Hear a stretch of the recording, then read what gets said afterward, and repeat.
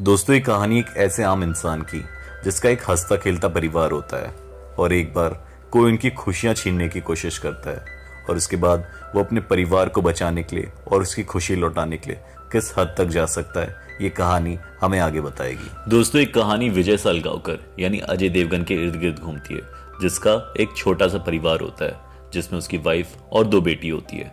उसकी वाइफ का नाम नंदिनी होता है और उसकी बेटी का नाम अनु और अंजू होता है। विजय एक चौथी फेल होता है और उसका एक टीवी केबल का छोटा सा बिजनेस होता है जिसमें बहुत खुश होता है। वो अक्सर मार्टिन अंकल की दुकान पे ब्रेकफास्ट किया करता है जो पुलिस स्टेशन के बिल्कुल सामने होती है और इस वजह से उसकी पुलिस वालों के साथ भी अच्छी जान पहचान होती है। एक बार उनका पूरा परिवार पणजी जाने का प्लान बनाता है और वो पणजी घूमने जाते हैं जहाँ पे वो बहुत सारी चीजें देखते हैं और यहीं पे उसकी बड़ी बेटी अंजू अपने फादर से नेचर्स कैंप जाने की परमिशन मांगती है और विजय उसे परमिशन दे देता है। अब अंजू नेचर्स कैंप में जाती है जहाँ अपने फ्रेंड्स के साथ बहुत मजे करती है।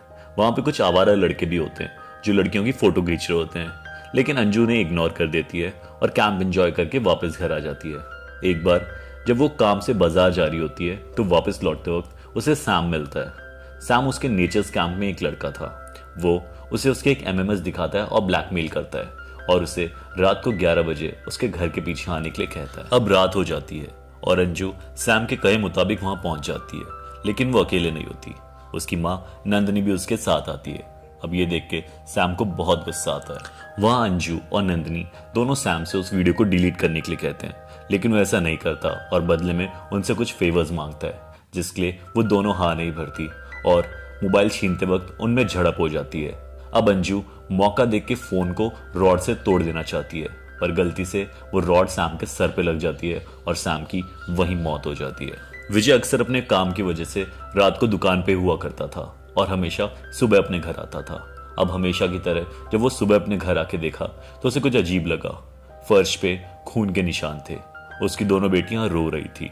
यहाँ उसे कल रात हुए पूरी घटना के बारे में मालूम चलता है और अब कहानी और मजेदार हो जाती है। यहाँ अंजू और नंदिनी विजय को सारी बात बताते हैं तो उन्हें चुप कराता है और उन्हें कहता है कि तुम्हें चिंता करने की कोई जरूरत नहीं है, मैं हूं। और इसके बाद विजय अपना दिमाग लगाना शुरू कर देता है। दरअसल विजय प्राइम मूवीज देखने का बहुत शौक होता है और वो हमेशा मूवीज देखता है, जिस वजह से उसे क्राइम को कैसे करना है और उसे कैसे छुपाना है, इन चीजों का बहुत आइडिया होता है। अब वो अपना दिमाग चलाता है और सबसे पहले उस कमरे को साफ कराता है जहाँ पे सैम की मौत हुई थी। उसकी बेटी उसे बताती है कि उन्होंने सैम को मार के उसके घर के पीछे वाले गार्डन में ही दफनाया है। अब रूम को साफ करते वक्त वो सिम को भी ले लेता है जो सैम के फोन से निकली थी और उसे कागज में लपेट के अपने पास रख लेता है और अपने फैमिली से कहता है कि जब तक मैं वापस ना आऊं तुम लोग कहीं मत जाना। अब सबसे पहले विजय सैम की कार को ठिकाने लगाने का सोचता है। वो उसकी कार में बैठता है और वहां से जाने लगता है। अब इसी बीच सब इंस्पेक्टर गायटोंडे विजय को देख लेते हैं। इसके बाद विजय एक मोबाइल शॉप पे जाता है। वहां पे एक सेकंड हैंड मोबाइल लेता है और उसमें सैम की सिम डलवाकर उस फोन को एक चलते ट्रक में फेंक देता है जो वहां से बहुत दूर जा रहा होता है। इससे सैम की लोकेशन जहां वो ट्रक जा रहा होता है वहां की दिखाई जाएगी और पुलिस को इन पे शक नहीं होगा। अब इसी बीच वो एक स्वामी चिन्मयानंद का सत्संग का पोस्टर देखता है पणजी में, जो आज ही खत्म होने वाला होता है। इसके बाद विजय सैम की कार को एक तालाब में जाके डुबा देता है और फिर अपने घर आता है। यहाँ उसे पता लगता है कि सैम गोवा की आईजी मीरा देशमुख का बेटा है। अब वो सब एक डिनर टेबल पे बैठे होते हैं जहाँ पे विजय काफी खुश और मुस्कुराता हुआ नजर आता है और उसकी बेटी और वाइफ दोनों टेंशन में होती है। वो विजय से सैम की मौत और उसके बारे में पूछती है और बताती है कि अब हमारा क्या होगा, कहीं हमें पुलिस पकड़ के तो नहीं ले जाएगी। जिसपे विजय उनसे कहता है, कौन सैम? मैं किसी सैम को नहीं जानता और अब से हमें यही जवाब सबको देना है, क्योंकि हमारा डर ही हमारी सबसे बड़ी मुसीबत बन सकता है। हमें अपने डर को काबू में पाना होगा। इसके बाद वो अपने परिवार को लेके पणजी जाता है, उसी बस में जिसमें वो पिछली बार गया था। इसके बाद वो उसी सत्संग में जाते हैं जिसका बोर्ड विजय ने देखा था, लेकिन वो सत्संग तो कल ही खत्म हो चुका था। वो फिर भी अपनी फैमिली को लेके वहां बैठता है और जाते जाते उस सत्संग के वीडियो की सीडी उनसे ले लेता है। इसके बाद वो अपने परिवार को समझाता है कि पुलिस कैसे उनसे घुमा फिरा के सवाल जवाब करेगी और उन्हें कैसे सवाल देने और डरना नहीं है। और उन्हें बताता है कि हमारा डर ही उनका हथियार है और हमें उन्हें ये हथियार चलाने देना नहीं है। वो अपने परिवार की हिम्मत बांधता है। इसके बाद हम देखते हैं कि मीरा देशमुख यानी आईजी ऑफ गोवा अपने बेटे की छानबीन शुरू करती है। उसे छानबीन में उसकी कार उस तालाब से मिल जाती है। अब मीरा काफी परेशान हो जाती है क्योंकि सैम की कार एक तालाब के अंदर मिली थी और उसे कुछ ना कुछ अनहोनी होने का एहसास हो जाता है। इसके बाद पुलिस इन्वेस्टिगेशन स्टार्ट होती है, जहाँ पे पता लगता है कि उनका बेटा सैम 2 तारीख से गायब है। यहाँ गायटोंडे अपने सीनियर्स को बताता है कि उसने विजय को इस कार में जाते देखा था। इसके बाद पुलिस अंजू के स्कूल पहुंचती है और अंजू से पूछती है कि 2 तारीख को वो कहाँ थी। वो सारे सवालों का जवाब कॉन्फिडेंटली देती है और कहती है कि 2 तारीख को तो अपनी फैमिली के साथ पणजी गई थी सत्संग में। इसके बाद विजय की फैमिली से भी कुछ पूछताछ होती है, लेकिन पुलिस को कुछ सबूत हाथ में नहीं लगते और सबको ये लगता है कि गायटोंडे जानबूझ के विजय को इस केस में फंसाना चाहता है, क्योंकि उसने एक बार मार्टिन अंकल के शॉप पे गायतेंडो को पैसे ना देने की वजह से कुछ कहा था, जिसके बाद उन दोनों के बीच थोड़ी बहसबाजी हुई थी। अब मीरा के कहने पे विजय की फैमिली वालों से एक एक करके फिर से पूछताछ होती है और इन पूछताछ का वीडियो मीरा खुद देखती है। उसे शक होता है कि सब सवालों के जवाब इतने सटीक कैसे मिल रहे हैं और दाल में जरूर कुछ काला है, क्योंकि कहीं ना कहीं ये मिलकर हमें कोई कहानी बना रहे हैं। इसके बाद मीरा के कहने पे उन सभी लोगों से पूछताछ होती है जिनका जिक्र विजय की कहानी में 2 तारीख को हुआ था। उन सबको बुलाया जाता है और उन सब से विजय के बारे में पूछा जाता है। अब यहाँ इन लोगों का बयान सुन के मीरा का शक और गहरा हो जाता है, क्योंकि बस कंडक्टर से लेके मार्टिन अंकल तक जितने भी लोगों से वो मिले उन सबको उस दिन क्या हुआ वो सटीक तरीके से याद था। क्योंकि अब सैम की मौत को 1 महीना हो चुका होता है, फिर भी इन लोगों को सब पता होता है कि 2 तारीख को विजय पणजी गया था, उसने क्या क्या किया था। बाद में और पूछताछ के बाद मालूम पड़ता है कि ये सारी बातें विजय उन्हें बार बार याद दिला रहा था और शायद इसी वजह से उन सबको ये सारी चीजें याद है। अब तक मीरा को समझ आ जाता है कि उसके बेटे के गायब होने के पीछे विजय का ही हाथ है, लेकिन वो विजय के खिलाफ और उसकी फैमिली के खिलाफ कोई भी सबूत इकट्ठा नहीं कर पाती। अब मीरा के पति को भी लगता है कि विजय एक शरीफ परिवार है और शायद पुलिस जानबूझ के उन्हें टॉर्चर कर रही है, लेकिन मीरा कहती है कि नहीं, मैं ये फील कर सकती हूँ कि ये सब झूठ है और सैम के गायब होने के पीछे विजय का ही हाथ है। इसके आगे हम देखते हैं कि वो अपनी टीम और अपने पति से कहती है कि हमारे हाथ जो भी सबूत, बिल और सीसीटीवी फुटेज लगी है उससे हमें ये पता लगता है कि 3 तारीख को अपनी फैमिली के साथ पणजी में था, लेकिन 2 तारीख को भी वहीं था, इसका कोई सबूत नहीं है। वो बताती है कि विजय ने 2 तारीख को होने वाली चीज पणजी में सभी लोगों के दिमाग में बिठाई और लोगों को वही याद रहता है जो उन्हें बार बार बताया जाता है। वो 3 तारीख को सैम की कार को तालाब में डुबाता है और उसके बाद किसी और दिन यानी 4 और 5 को अपनी फैमिली को लेके पणजी जाता है।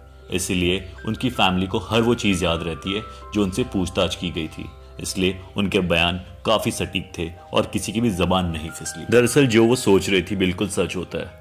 विजय की फैमिली 2 या 3 तारीख को पणजी में नहीं बल्कि 4 और 5 तारीख को पणजी में थी और 3 तारीख को विजय खुद ही पणजी गया था और इसी वजह से वो पुलिस को पागल बना रहे थे, लेकिन पुलिस के पास कोई सबूत नहीं होता, इसलिए उनके हाथ मजबूर होते हैं। अब आईजी मीरा देशमुख को काफी गुस्सा आता है। वो सैम के दोस्त से पूछताछ करती है, जहां उन्हें पता लगता है कि नेचर स्कैम में सैम ने अंजू का एक गंदा वीडियो बना लिया था और उसके बाद वो अंजू को ब्लैकमेल करने वाला था।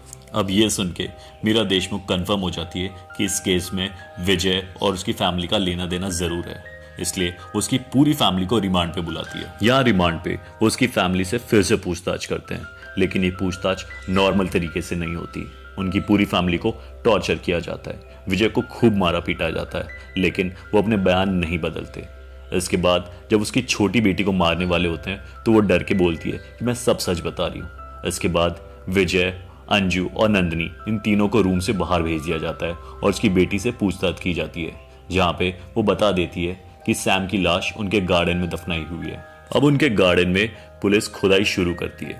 अब ये देख के अंजू और नंदिनी काफी डर जाते हैं, क्योंकि उन्हें लगता है कि अब वो पकड़े जाएंगे। अब इसी बीच वहाँ काफी भीड़ भी जमा हो जाती है, जहाँ विजय के परिवार वाले भी आ जाते हैं और आस पड़ोस के लोग भी आ जाते हैं, लेकिन खुदाई में सैम की लाश नहीं बल्कि एक कुत्ते की लाश मिलती है। दरअसल विजय को इस बात का आइडिया था कि पुलिस कैसे भी करके उनसे बात निकलवा ही लेगी, इसलिए उसने पहले लाश की जगह चेंज कर दी थी और वहां पे सैम की जगह एक जानवर की लाश रख दी थी। अब यहाँ हम देखते हैं कि आस पड़ोस के लोग और नंदिनी के पेरेंट्स और उसका भाई भी वहां पहुंच जाता है और मीडिया भी वहां पहुंच जाती है। अब विजय मीडिया से जाके कहता है कि पुलिस वालों ने बहुत टॉर्चर किया है और सब इंस्पेक्टर गायटोंडे ने उनकी छोटी बेटी अनु को भी टॉर्चर किया है और उसे मारा पीटा। अब ये सब सुन के जनता और मीडिया वाले काफी गुस्से में आ जाते हैं और पब्लिक मिलके गायटोंडो पे हमला कर देती है और उसे बहुत मारती पीटती है। इसी बीच पुलिस वाले आईजी मीरा देशमुख और उसके पति को सेफली वहां से लेके चले जाते हैं। इसके बाद हम देखते हैं कि अगले दिन सुबह विजय न्यूज़पेपर पढ़ रहा होता है, जिसमें न्यूज़ आती है कि आईजी मीरा देशमुख ने इस्तीफा दे दिया है और सब इंस्पेक्टर गायटोंडो को भी सस्पेंड कर दिया गया है। इसके बाद विजय के घर पुलिस आती है और उसे आईजी मीरा देशमुख और उसके पति के पास लेके चलती है। यहाँ पे वो दोनों बताते हैं कि काफ़ी सालों तक हमारी कोई संतान नहीं हुई थी। काफ़ी मन्नतों और प्रार्थनाओं के बाद हमारे पास एक बेटा आया था, सैम। वो हमारे लिए सब कुछ था और शायद इसी वजह से हमारे लाड प्यार ने उसे बिगाड़ दिया था। मुझे बस ये बता दो कि हमारा बेटा है कहाँ, क्या हमें उसका इंतज़ार करना चाहिए या नहीं। इस पे विजय उन्हें डायरेक्टली कुछ नहीं बताता, बस घुमा फिरा के कहता है कि हमारा एक छोटा सा परिवार था और हम लोग बहुत खुश थे।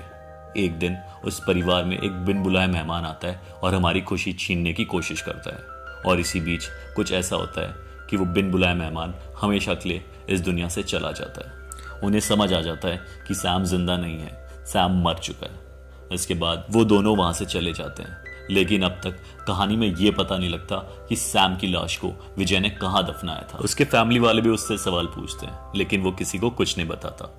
अगले सीन में हम देखते हैं कि विजय पुलिस स्टेशन में हाजिरी लगाने जाता है, जहाँ पे एक नया दरोगा होता है और इससे कहता है कि तुम्हें बड़ी खुशी हो रही होगी ना कि तुमने पूरी गोवा पुलिस को पागल बना दिया, लेकिन तुम चिंता मत करो, मैं इस केस में छानबीन करता रहूंगा और जिस दिन मुझे सैम की लाश मिलेगी मैं तुम्हें नहीं छोड़ूंगा। जिस पे विजय कहता है कि जब तक ये पुलिस स्टेशन है मुझे कुछ नहीं होगा। इशारों इशारों में वो बता देता है कि उसने सैम की लाश को इसी पुलिस स्टेशन के नीचे दफनाया था। दरअसल जब सैम की मौत हुई थी उस टाइम इस पुलिस स्टेशन का कंस्ट्रक्शन चल रहा था और इसी टाइम इसने सैम की लाश को यहाँ दफना दिया था और अब वो पूरा पुलिस स्टेशन बन चुका होता है। दोस्तों, किसी को भी इस बात का आइडिया भी नहीं लगेगा या भनक भी नहीं लग सकती थी कि सैम की लाश एक पुलिस स्टेशन के नीचे है और वहां कभी कोई छानबीन हो ही नहीं सकती। इसलिए विजय ने उस लाश को वहीं दफनाया और इसी के साथ ये मूवी खत्म हो जाती है। दोस्तों, इस कहानी के हर एक मोड़ पे एक नया सरप्राइज और सस्पेंस है। आपको ये मूवी जरूर देखनी चाहिए। बहुत ही जल्द इस मूवी का पार्ट 2 भी आने वाला है, जिसमें आगे की कहानी बताई जाएगी। तो अगर आप वो कहानी भी सुनना चाहते हैं तो हमारे चैनल को सब्सक्राइब करके रखें। अगर आपको ये वीडियो अच्छी लगी तो वीडियो को लाइक करें और हमारे चैनल को सब्सक्राइब करें। हम मिलते हैं आपसे अगली वीडियो में, तब तक के लिए जय हिंद, जय भारत।